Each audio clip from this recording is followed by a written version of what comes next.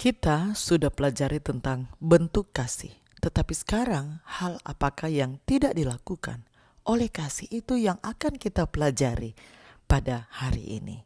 Tapi sebelum kita lanjut, mari kita nyanyikan lagu yang berjudul Itu Nyata di Hatiku. Lagu Sion edisi lengkap nomor 66.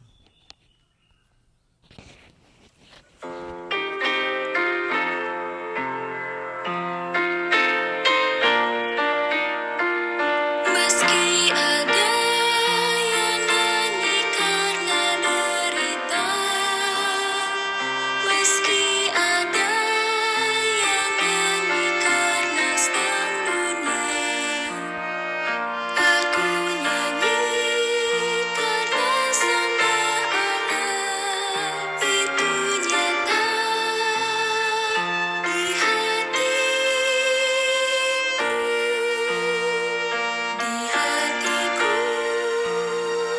bergemalah kasih Tuhan.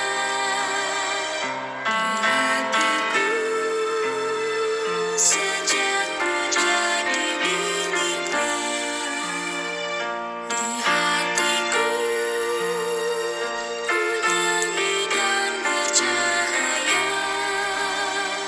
Di hatiku,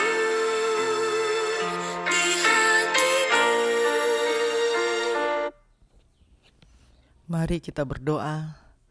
Bapa kami dalam kerajaan surga, terima kasih untuk kesempatan yang Engkau berikan untuk kami dapat mendengarkan sebagian dari firman-Mu.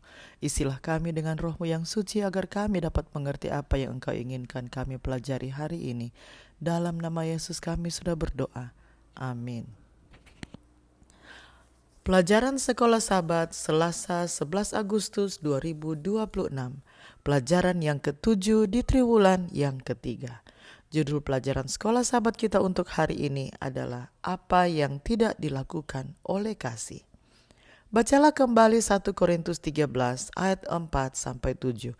Mengapa Paulus menyebutkan karakteristik negatif daripada hanya positif dari kasih?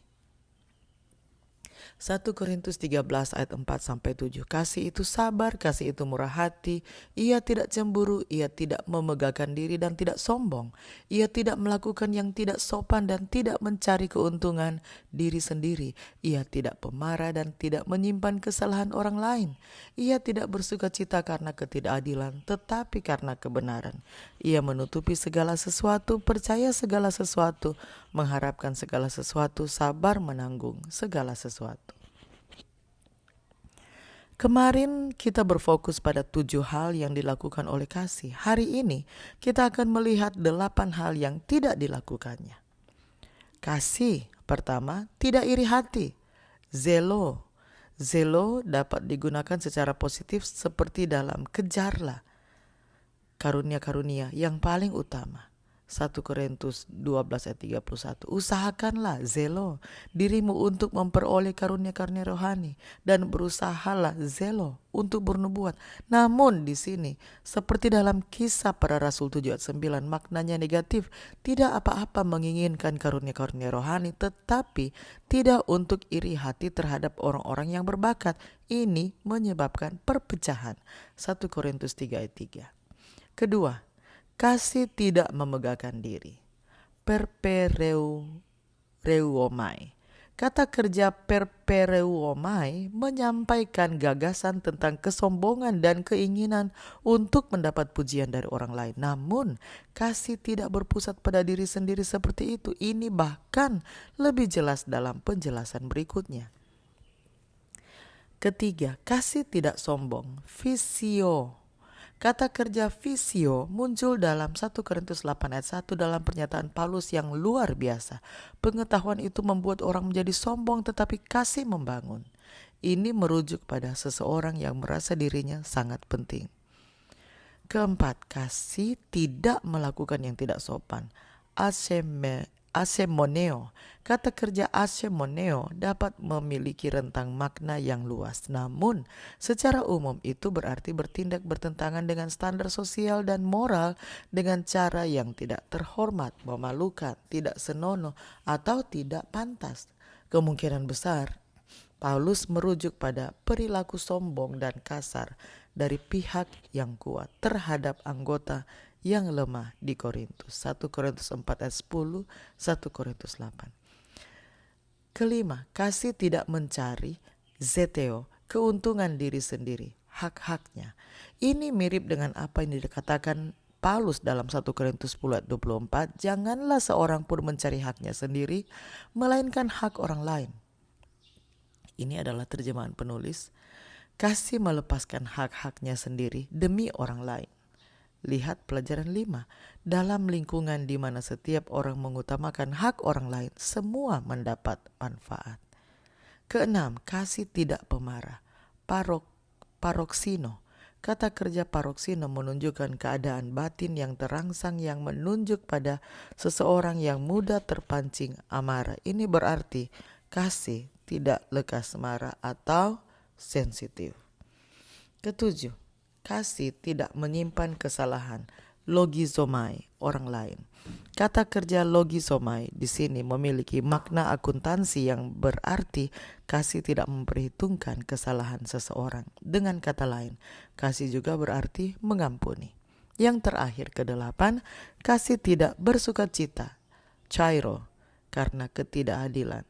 Kasih tidak hanya tidak menyimpan catatan kesalahan orang lain, tetapi juga tidak bersukacita karenanya. Ketika kita benar-benar mengasihi orang lain, kita tidak bersukacita atas kesalahan mereka, tetapi sebaliknya berusaha membantu mereka. Mari kita ikuti lanjutan lagu tadi sebelum saya tutup di dalam doa.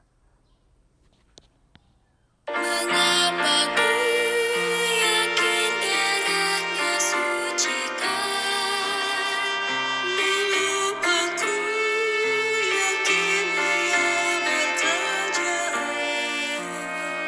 Mengapa ku mau terima Tuhan, itu nyata di hati.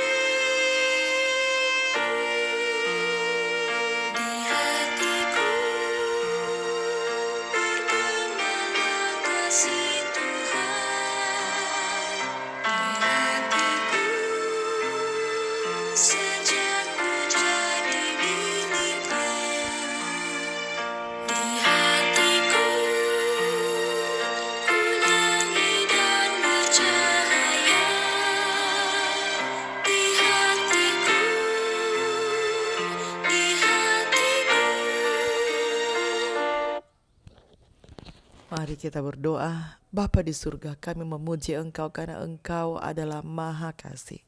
Terima kasih untuk pelajaran hari ini di mana Engkau mengizinkan kami mempelajari apa yang tidak dilakukan oleh kasih, yang membuat kami sadar tentang hal-hal yang sama sekali tidak menunjukkan bentuk kasih sedikit pun. Kiranya Engkau dapat terus memampukan kami ya Tuhan. Gantinya menunjukkan yang bukan kasih. Mampukan kami menunjukkan kasih kepada siapapun di sekitar kami, dalam kehidupan kami. Agar yang kami refleksikan hanyalah kasih yang Engkau inginkan kami refleksikan dari kehidupan kami. Terima kasih ya Tuhan untuk kasih setiamu bagi kami. Dalam nama Yesus kami sudah berdoa. Amin. Demikianlah bacaan pelajaran Sekolah Sahabat Selasa 11 Agustus 2026. Sampai bertemu di bacaan pelajaran Sekolah Sahabat selanjutnya. Tuhan memberkati.